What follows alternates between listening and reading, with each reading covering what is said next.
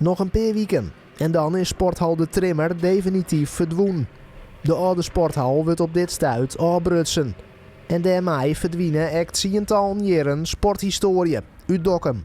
We vorderen langzaam en gestaag. Ze gaan nu alle kleedboxen weer verwijderen. Dan het laatste asbest er nog uit en dan kan de grote hal demonteerd worden. En daarmee is dan de verdering naar voren. En dan is de trimmer verleden tijd uit zijn. De voetbalkantine die blijft nemen staan. Zolang de nijbouwer nog net is van de voetbalvereniging, kies nog een broekmaatje van de oude kantine. Bijzonder is dat een groot pad van De Trimmer bewaren blijft. Daarom wordt er wat stadiger sloopt als oors.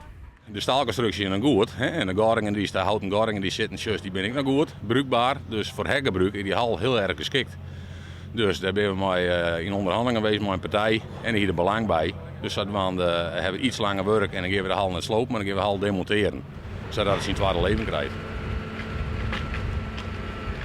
Daarna is het nog een kwestie van opscannen, punten eruit, heipjalen eruit, verdering verwijderen.